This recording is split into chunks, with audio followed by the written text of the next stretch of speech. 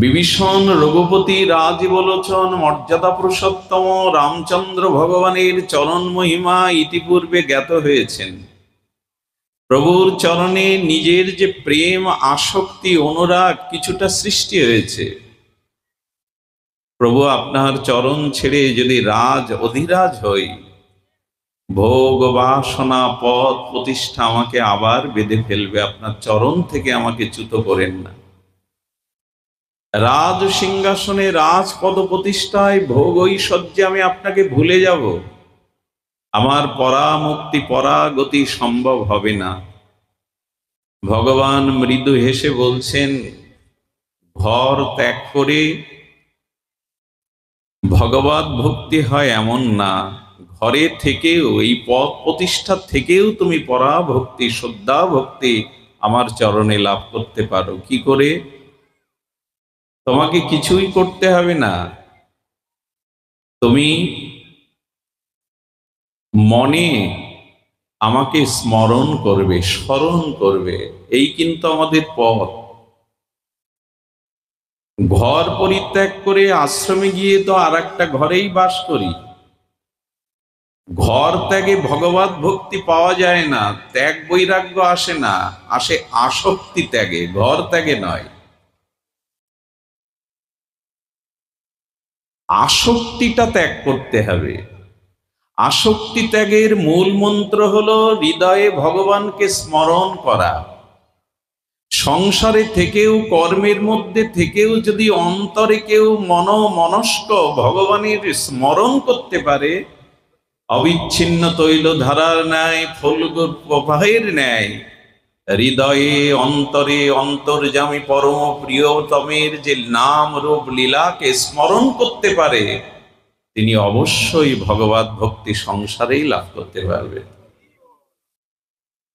দেখুন, ভাগবত কথা শ্রবণ এটি কি 24 ঘন্টা করা সম্ভব? এখান থেকে 4 ঘন্টা পর এখানে আর ভাগবত করা যাবে? আপনারা থাকবেন? ভাগবত 24 ঘন্টা শ্রবণ সম্ভব নয়। এমনকি সংকীর্তনও 24 ঘন্টা সম্ভব নয়।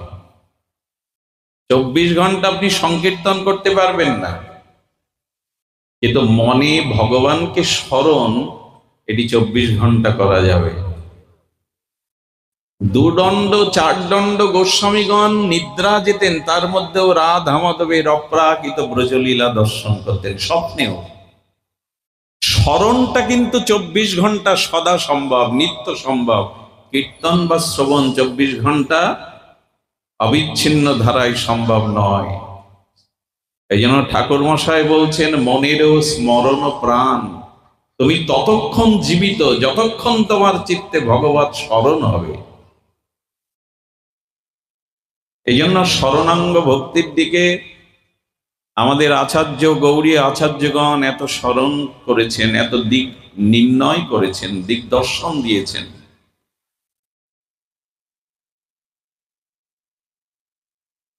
তস্মাৎ সর্বেষু কালেষু মামনুস্মর। সর্বদা স্মরণ কখন হয়? লীলা স্মরণের মাধ্যমে, স্মরণের মাধ্যমে। তুমি স্মরণ করো গৃহে থেকে।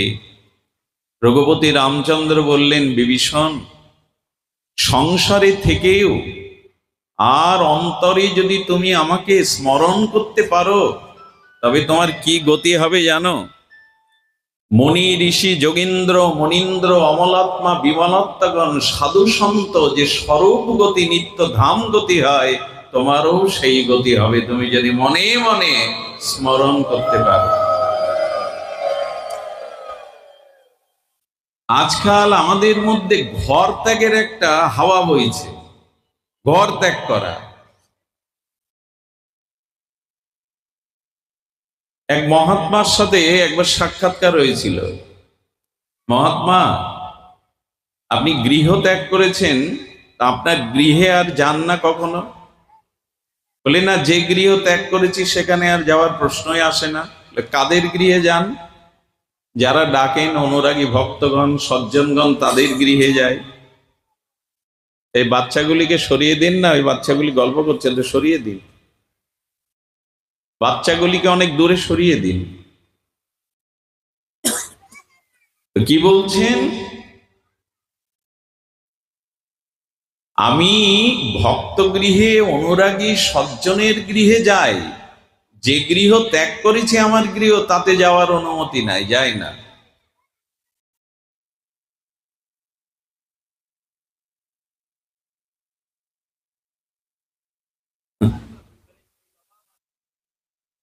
তো কি হয়েছে?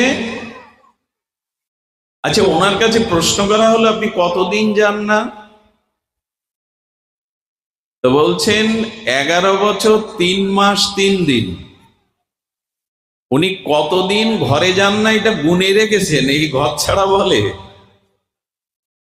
11 বছর 3 মাস 3 দিন উনি ঘরে যান না এটা মনে রেখেছেন। আর কি বলছেন? আমি অন্যের ঘরে যাই, কিন্তু নিজের ঘর ছেড়েছি যখন, নিজের ঘর এখনো নিজের শব্দটা বলতে পারিনি। মাঝে মাঝে আমরা বলি বটে, আমার কিছুই চাই না। আরে চাই শব্দটা তো আগে, পরে না। আমার কিছু চাই না, আগে তো চাই শব্দ, পরে না।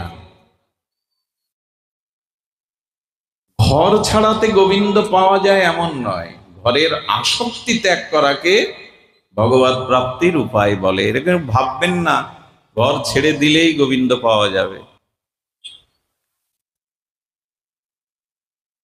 ঘর ছাড়ার তো প্রশ্নই নেই। এখানে একটি শব্দ দিয়েছেন, সর্বত্র সমচেতসা। খুব অপূর্ব শব্দাবলী, ধ্যান দিয়ে শুনলে দুপা এগিয়ে যাওয়া যাবে। সর্বত্র সমচেতসা শব্দের দিকে ধ্যান দিন। ভাগবতের এই অমীয় শব্দ, ভাগবতের এক একটি শব্দ আমাদের ভাসিয়ে নিয়ে যেতে পারে ভগবত ভক্তি রাজ্যে। ভাগবত শ্রবণের বিষয় শুধু না, ভাগবতে ভেসে যাওয়ার বিষয়। সর্বত্র সমচেতসা সচ্চিদানন্দ রূপায় বিশ্বোৎপত্তাদি হেতবে তাপত্রয় বিনাশায় শ্রীকৃষ্ণ বয়ং নমঃ। এই যে সতের পরে চিৎ শব্দটা দিয়েছে, চিৎ মানে চেতনা, চিৎ মানে প্রকাশ। এখানে বলছেন ভগবান কপিল দেব ভাগবতে সর্বত্র সমচেতসা। এই যে চিৎ, চেতন, প্রকাশ একে অপরের সমার্থ শব্দ এগুলি। এখানে চিৎ বলতে, প্রকাশ বলতে ভগবান বলছেন সর্বত্র আমারই প্রকাশ, সর্বত্র আমি ব্যাপ্ত হয়ে আছি, পরিব্যাপ্ত হয়ে আছি। এই বোধ যদি, এই চিৎ বা প্রকাশ যদি তোমার মধ্যে আসে, তুমি সবখানেই আমাকে প্রাপ্ত হতে পারবে। আবার বলি, যারা শ্রীমন্দিরে যুগল দর্শন করেন, পঞ্চতত্ত্ব দর্শন করেন, আর কোথাও গৌরকে, নিত্যানন্দ তত্ত্বকে, আর কোথাও যুগলকে দেখেন না, কারো মধ্যে দেখেন না, তাদের দৃষ্টিটা অতি ক্ষুদ্র, সাধারণ, একচোখা দৃষ্টি। যারা মঠ মন্দিরে, তীর্থের ধামে গিয়েই শুধু ভগবানকে দেখে, অন্য কোথাও দেখতে পায় না, তাদের দৃষ্টি অতি সাধারণ। তারা ভগবত ভক্তির অধিকারী নয়। আর তাদের তাদের সংকীর্ণতা, তাদের মূঢ়তা ঘুচবে না। এই জন্য বললেন সর্বত্র সমচেতসা সর্বং খলিদাং ব্রহ্মাই। তো উপনিষদের ঋষিরা অনুভব করে বলেছেন। গৌড়ীয় বৈষ্ণব আচার্য কুলতিলকগণ বলছেন, যাহা যাহা নেত্র পড়ে তাহা তাহা কৃষ্ণ স্ফুরে। এই হলো সমদর্শনের, আমাদের বঙ্গজননীর ভাষায় মহাজনদের অনুভবের বয়ার। সকলের মধ্যে সবখানে ভগবান দেখিত। ওই দৃষ্টি আসলেই তো জঞ্জাল যাবে, বন্ধন মুক্ত হব। আমি প্রায় বলি, রাস্তায় পড়ে থাকা একটা ফুল দেখলে আমরা পাদুকা বা জুতো পায়ে দিয়ে ফুলটা মারিয়ে যায় না, এড়িয়ে যায়। মারিয়ে যায় কি? ফুল পবিত্র, সুগন্ধময়, দেবতার চরণে অর্পিত হয়, এই জন্য ফুলটাকে পা দিয়ে, পাদুকা দিয়ে মারিয়ে যায় না।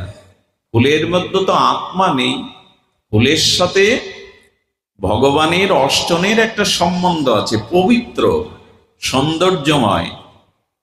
ভুলকে যদি না মারিয়ে যান, তো যে সকল জীবের হৃদয়ে ভগবান আছেন, হৃদ্দেশ অর্জুন তিষ্ঠতি, মানুষকে কেন পদদলিত করে এগিয়ে যান, আগে ছোটেন। ভুলকে জুতা দিয়ে মারান না, অথচ মানুষকে অপমান করে পেছনে টেনে ধরে আপনি এগিয়ে যেতে চান। এই ক্ষুদ্রতায় আমাদেরকে সমদর্শনে আনতে দেয় না। চেতনাটা বুঝতে হবে, সর্বত্র সমচেতসা।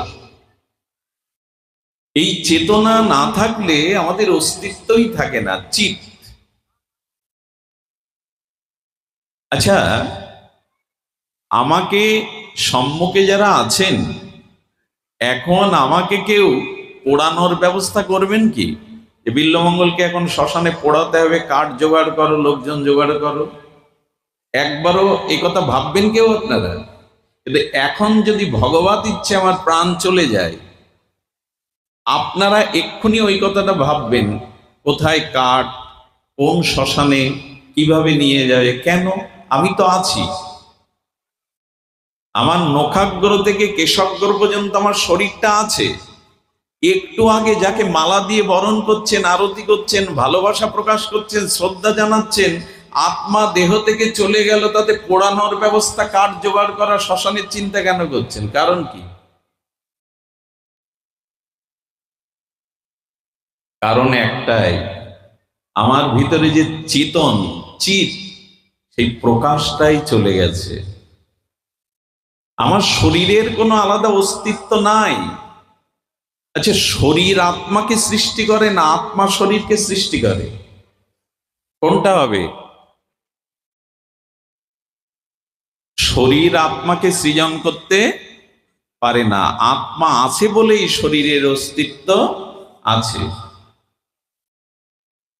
এই জন্য এই যে আত্মার সচ্চিদানন্দের চিৎ প্রকাশ, এই প্রকাশটা না থাকলে এখনই আমাকে পোড়ানোর ব্যবস্থা করবে। এত আপনজন, এত প্রিয়জন, এত মমতা, তবু আগুন দেবেন, পোড়াবেন। বলে কেন পোড়াবেন? চিৎ নাই তো, প্রকাশ নাই তো। এই জন্য বলা হচ্ছে সর্বত্র সমদর্শন। এটি গৌড়ীয় আচার্য কুলতিলকের, আমাদের বৈদিক বেদান্তের, ভাগবতের, উপনিষদের সারাৎসার এটি। তো যদি সর্বত্র সর্বদা ভগবান থাকেন, তাহলে গৃহেও ভগবান আছেন নাকি শুধু মঠে আছে? এই অনুভূতিটা, যেটা কৃষ্ণেরই সংসার, এই ক্ষেত্রটা ভগবানের, আমি ভগবানের। একটা জিনিস বলি, মমতাটা আমাদের থাকতে হবে। এটা জগৎ, ত্রিগুণ মায়ার দ্বারা এই জগৎ সৃজন হয়েছে, সত্য রজ তম, এই তিন গুণের সাম্যাবস্থার নামই জগৎ বা মায়া। এই জন্য মায়া বা মমতা আমাদের থাকবে, দেহের প্রতি, স্ত্রী পুত্রের প্রতি, পিতামাতার প্রতি, অর্থের প্রতি, সম্পদের প্রতি, ভোগের প্রতি, স্বাভাবিক। ভাগবত যেটা আমাদের প্রতিপাদ্য বিষয় বলতে চেয়েছেন, মমতাটা যেখানে যেখানে দিয়েছ, ওই মমতাতে তোমার কল্যাণ হবে না।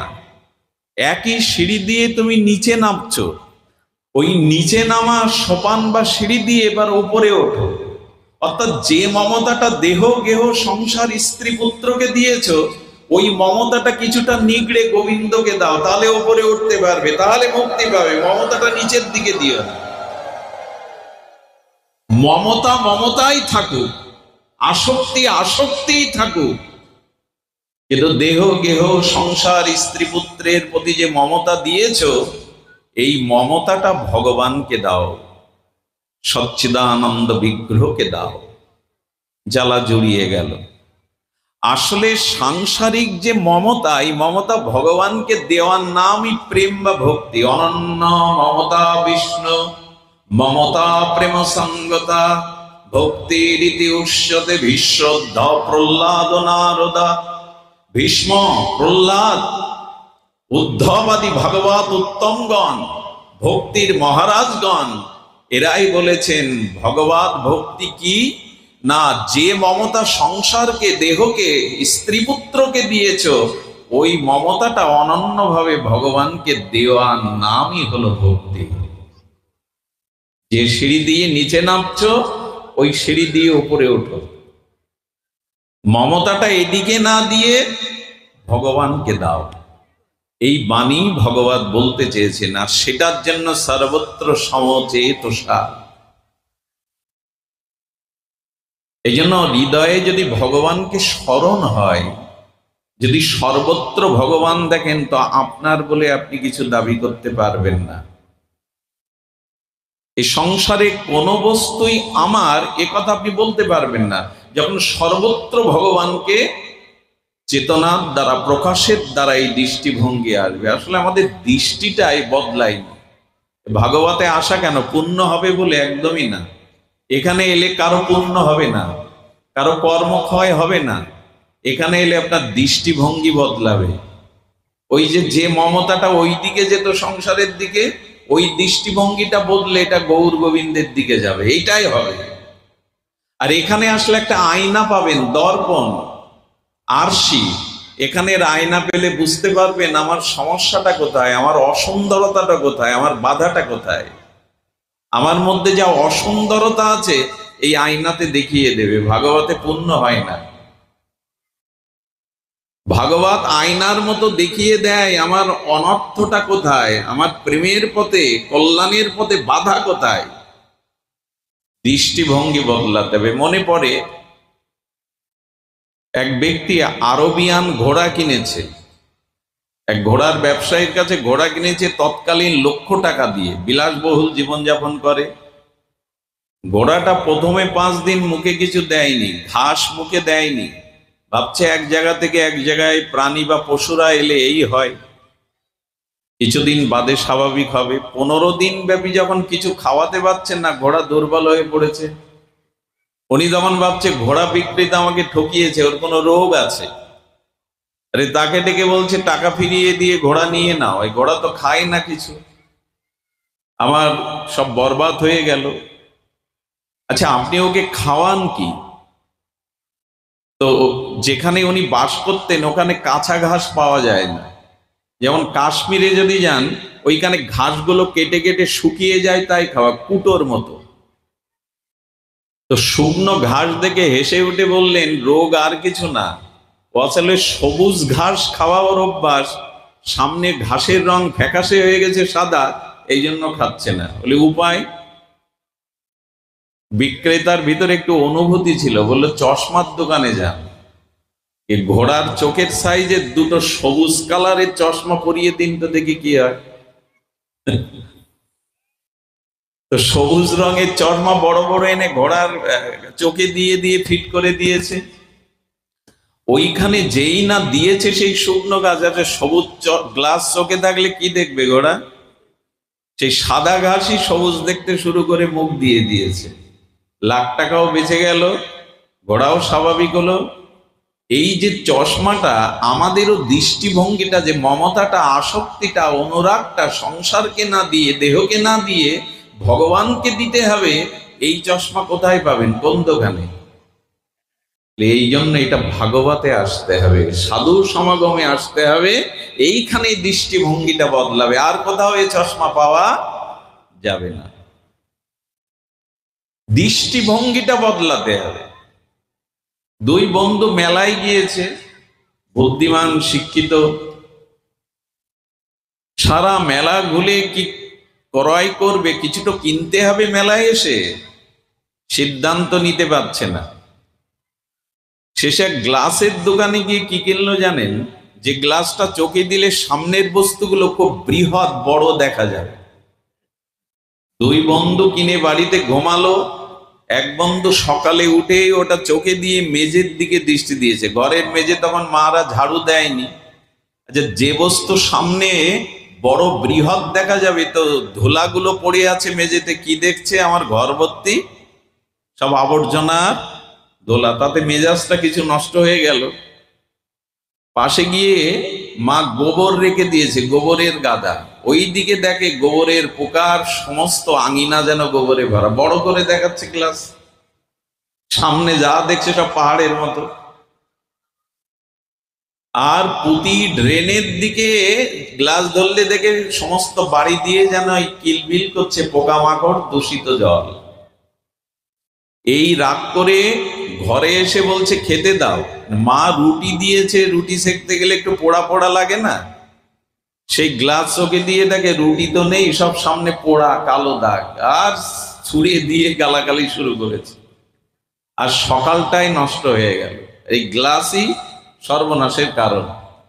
আচ্ছা, বন্ধু যে কিনেছে, বন্ধুর বাড়ি নিশ্চয়ই এই অশান্তি শুরু হয়েছে আমার মতো। ওর অশান্তি ওর মতো কিনা দেখতে গেছে, গিয়ে দেখে বন্ধু হাসছে খিলখিল করে পরমানন্দে, এরকম হাসি দেখেনি। তোর হাসির কারণ কি? বলে হাসির কারণ এই গ্লাস। বলে আমিও তো দেখতে এসেছিলাম, আমার দিনটাই বরবাদ করে দিল গ্লাস। তোর অবস্থা এত হাস্যোজ্জ্বল আনন্দ কেন? বলে দেখ, সকালে উঠে গ্লাসটা চোখে দিয়ে আমি দেয়ালের দিকে দেখেছিলাম, দেয়ালে টানানো আছে সব মহাপুরুষদের ছবি, স্বামী বিবেকানন্দ, রামকৃষ্ণ পরমানন্দ, ঠাকুর অনুকূল চন্দ্র। বলে ওদের দিকে গ্লাসটা ধরাই দেখলাম আমার ঘর ভর্তি সব অবতার, মহাপুরুষ, ভগবানগণ পুরো ঘরে। এরপর বাইরে গিয়ে আমি ফুল বাগানে ওটা ধরলাম, দেখলাম আমার বাড়ি নয়, সব ফুলে ফুলে ভরে গেছে। এরপর নদীর দিকে যখন আমি গ্লাসটা ধরলাম, দেখলাম আমার বাড়ির আঙিনা দিয়ে যেন শীতল স্রোতস্বিনী পবিত্র নদী বয়ে চলেছে। এরপর ঘরে এসে গিন্নি যখন কিছু মিষ্টি খেতে দিয়েছে, গ্লাস দিকে দেখলাম আমার ঘর ভর্তি সামনে শুধু মিষ্টি আর মিষ্টি। বলতো এরকম সকাল কজন আর হয়? ক্যামেরা একই দোকান থেকে কেনা, দুইজন চোখে দিয়েছে। দুইজনের অবস্থার কারণ কি? দৃষ্টিভঙ্গি। ভাগবতে এলে এই দৃষ্টিভঙ্গিটা বদলাবে, এই দিক নির্ণয়টা হবে। আমার অনুরাগ, আমার মমতা এতদিন কাকে দিয়েছি, কাকে দেওয়া উচিত। তবে ভাগবতে কি আমরা বদলাই? এ কথা কি আমরা নিয়ে যাই? সেই একটু হাসির কথা, জীবনে কখনো ভাগবতে যায় না, স্ত্রী ঠেলে ঠেলে পাঠিয়েছে, আরে একটু যাও না, হাত পায়ে পড়িয়ে একটু যাও। সাধু পাঠের মধ্যে কয়েকবার এই উচ্চারণ করেছে বাণী, সাধু সঙ্গে ভাগবতে এলে কিছু নিয়ে যেতে হয় আর কিছু রেখে যেতে হয়। 5-7 বার শুনে ওই কথাটাই ওর মনে আছে, কিছু নিয়ে যেতে হয় আর কিছু। সবাই যখন বিদায় নিচ্ছে, ও ভাবছে আসলে নিয়ে যাব কি, রেখেও বা যাব কি। বুদ্ধিতে না আনতে পেরে বেরোতে বেরোতে যেখানে জুতো রাখে মানুষ, বলে এইটাই তো পেয়েছি। সাধু বাবার একটা কথা অন্তত রাখি, পুরোনোটা রেখে নতুনটাই নিয়ে যায়। একটা তো রেখে আর একটা নিয়ে যেতে হবে। এরকম বিবেচনা থাকলে ভাগবতের দ্বারা আমরা আমাদের চেতনাকে সর্বত্রগামী করতে পারবো না। দেখুন, ঘরে বসে কেন হয়? নামদেবের ঘরে আগুন লেগেছে। কি লেগেছে? পাড়া প্রতিবেশীরা এসে ঘরের অর্ধেক অংশ জল দিয়ে নিভিয়েছে, যে কটা ব্যাগ ট্যাগ ছিল সাধুর, ওটা বাঁচানোর জন্য ঘর থেকে আলাদা করে রেখেছে। যেই নামদেব নাম করছিল দূরে বসে বসে জঙ্গলের মধ্যে, এসে দেখে অর্ধেক পোড়া, আর কিছু আসবাবপত্র ওরা বাঁচিয়েছে, বার করে রেখেছে। ওর সঙ্গে সঙ্গে আরেকটু আগুন নিয়ে বাকি অংশে আগুন লাগিয়ে দিয়েছে। আর যেগুলো পোড়লা পড়লি বেঁচে ছিল, ওগুলো আগুনের মধ্যে আত্মাহুতি দিচ্ছে। আহুতি দেয় যেমন, সবাই বলছে পাগল না উন্মাদ, হ্যাঁ, এর ঘর নেভাতে এসছে আমরা, চল সব পাগল কোথাকার। একজন দাঁড়িয়ে থেকে বলছে, বাবা ঘর তো অর্ধেক বাকি ছিল, পোড়ালে কেন? যেগুলো আমরা বাঁচিয়েছি ওগুলোও কেন দিয়ে দিলে? বলে জানো, অগ্নি আমাদের ভগবান, আমার ঘরে ভগবান এলেন, তো আমি অর্ধেকটা দেবো কেন, সম্পূর্ণ দিয়ে দিলাম। ভগবান যদি আসে আমি রাখবো কেন, সবটাই দিয়ে দিলাম। পাগল ভাববেন একে? আরে আমাদের নামদেব দ্বাদশীর পারণে রুটি বের করে মাখনের কৌটা খুলে একটু মাখন ওতে লাগিয়ে ভগবানকে নিবেদন করে পালন করবে। কুকুর কোথায় ছিল, এসে রুটিটা হাত থেকে ছো মেরে নিয়ে দৌড়াচ্ছে। তুমি তো কুকুর নও, তোমার মধ্যেই তো ভগবান, তুমিই তো ভগবান। ক্ষুধা লেগেছে ভগবান, আরে মাখনটা লাগাতে দাও, মাখনটা লাগাতে দাও, মাখনটা লাগাতে দাও বলতে বলতে ছুটছে। সর্বত্র সমদর্শনটা কখন হয়? সর্বত্র সমচেত সাজ, এটা কখন হয়? চিৎ প্রকাশ কখন হয়? সেই কুকুরের পেছনে দৌড়াতে দৌড়াতে অনেক অনেক অনেক দূরে বৃক্ষের তলে কুকুরটা দাঁড়িয়ে পড়েছে। প্রভু, কেন শুনছেন না আমার কথা? মাখনটা লাগাতে দিন। কুকুরের মধ্যে শঙ্খচক্র গদা পদ্ম নারায়ণ প্রকাশ হয়ে গেছেন, মূর্তি নিয়ে প্রকাশ হয়ে গেছেন। এই সর্বপ্রাণীর মধ্যে তুমি ভগবান দেখেছ। এ ভাবনা আমাদের আসে না, আসবেও না সহজে।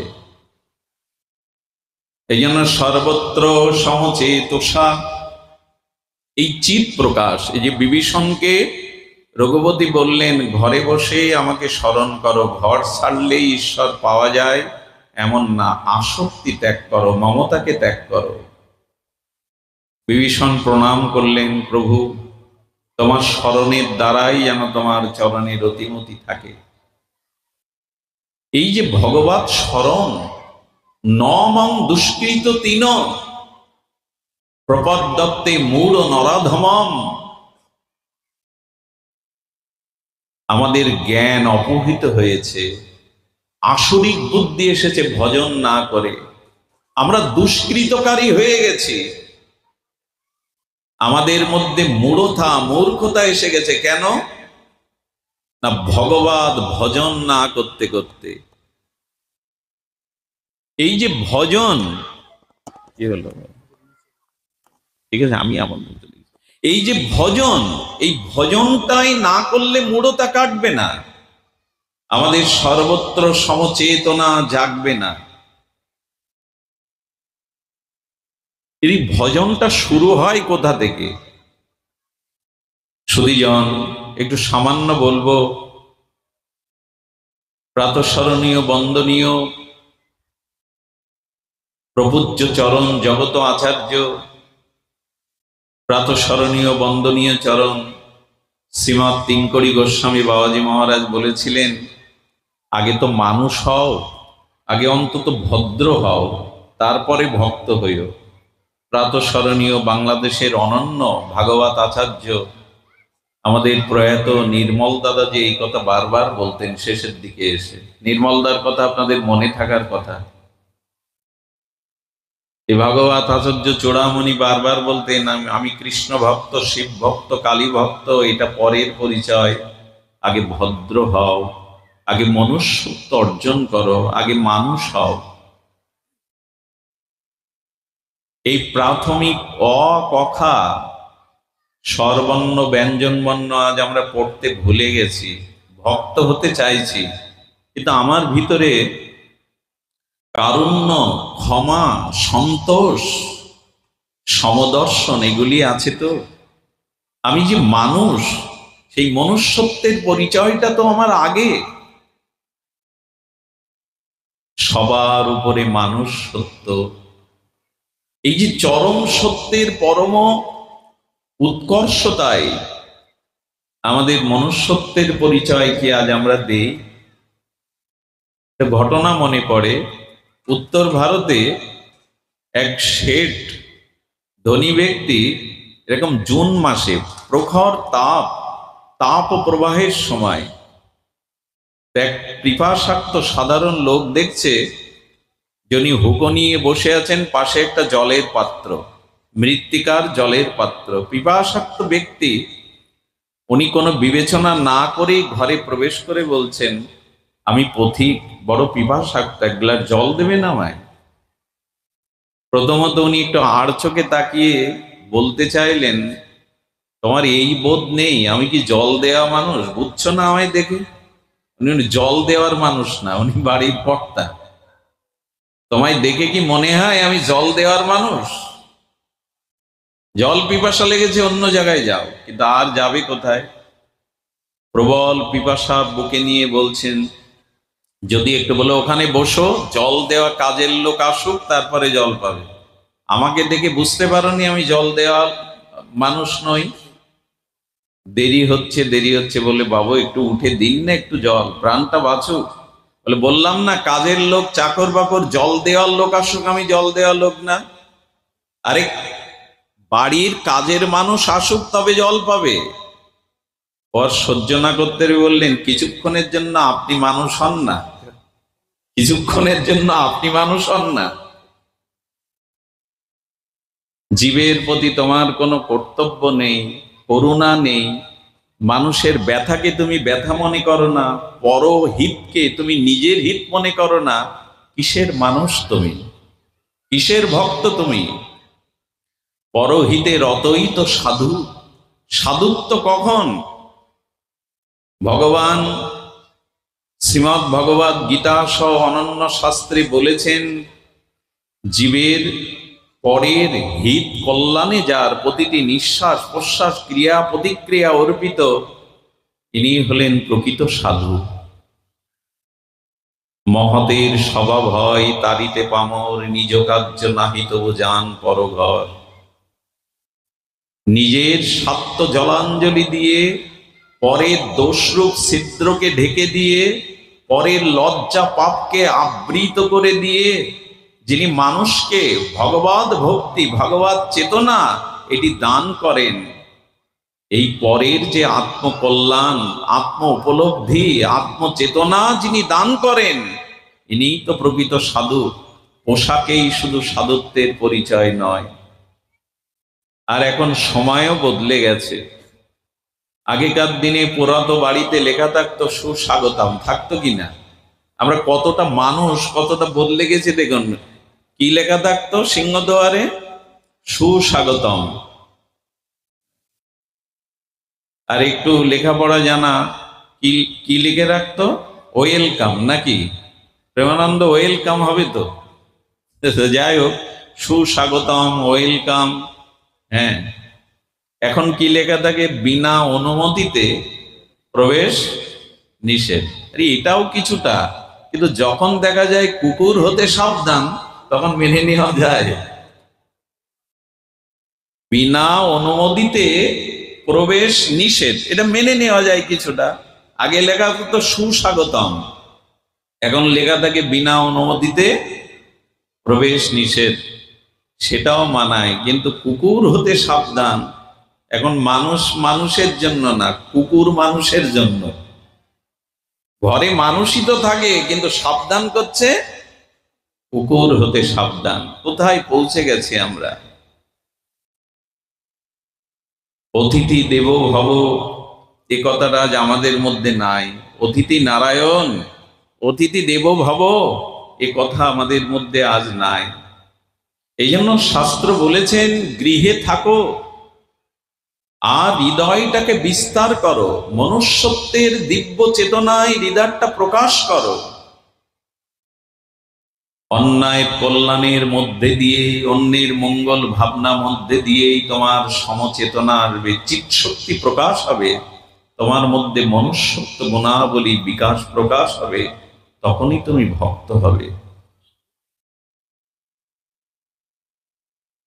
এই জন্য আমাদের শুরুতেই দেখবেন সমস্ত উপদেশের মূলেই আছে যে আমাদের আদর্শ হতে হবে। ডাক্তার মাস্টার উকিল যাই হও, ওর আগে সৎ কথাটা বৈদিক সনাতন ধর্ম জুড়ে দিয়েছে। সৎ ডাক্তার হও, সৎ মানুষ হও। এই মনুষ্যত্বের জয়গান গাইতে গিয়েই মানুষের শ্রেষ্ঠত্ব নিরূপণ করা হয়েছে। তাই আসুন, ঘর ছাড়ার প্রয়োজন নেই, আসক্তিকে পরিত্যাগ করি, ক্ষুদ্রতাকে জলাঞ্জলি দেই, এবং আমাদের জীবনে এই ভক্তির পথটা প্রশস্ত হবে, বিস্তার হবে, যখনই আমাদের ভিতরে এই মনুষ্যত্বটা আসবে। এই জন্য বেদের 4টি মন্ত্র বড় আদর করে ঋষিরা জানিয়েছেন। মাতৃদেব ভব, পিতৃদেব ভব, অতিথি আচার্য দেব ভব, অতিথি দেব ভব। পিতামাতাকে দেবদেবী জ্ঞান করে তাদের সেবা, তাদের প্রসন্নতা, তাদের উপদেশ পালন করো। আচার্যকে, গুরুবর্গকে, গুরুজনকে, শ্রেষ্ঠজনকে মান্যতা দাও, আর অতিথিকে সেবা করো। এই যে আমাদের বেদের 4টি মন্ত্র, এই মন্ত্র আজ আমাদের জীবনে প্রতিফলন ঘটেনি। সুধীজন, উনি যে আলোচনা করে গেছেন পূর্ববর্তী বক্তা, পরবর্তী বক্তার উচিত হলো সেখান থেকেই সূচনা করা। অপরাধ করে আমি অনেকটা নিম্নতে নেমে গেছি এই জন্য যে আমাদের আগে ভিতটা তৈরি হোক, আমাদের আগে মনুষ্যত্ব বোধটা আসুক। যে কথা আমরা শুরু করেছিলাম, এই সর্বত্র সমচেতসা বা চিৎ শক্তির প্রকাশ, এটার মধ্যে দিয়ে। সুধীজন, আমাদের ভাগবত জানিয়েছেন এ দেহ পিতার নয়, এ দেহ মায়ের নয়, এ দেহ অন্নদাতার নয়, এ দেহ চিতার আগুনের নয়, এ দেহ মাটির নিচে দিলে কীর্মিকীটের নয়, অন্নদাতারও নয়। দাস প্রথা ছিল, আমি যদি কাউকে দাস হয়ে বিক্রি হই, আমাকে কেনা আমার প্রভুরও নই। এ দেহ স্বর্গেরও নয়, নরকেরও নয়। এ দেহ তবে কার? এ দেহ হলো পরমাত্মার, আত্মার।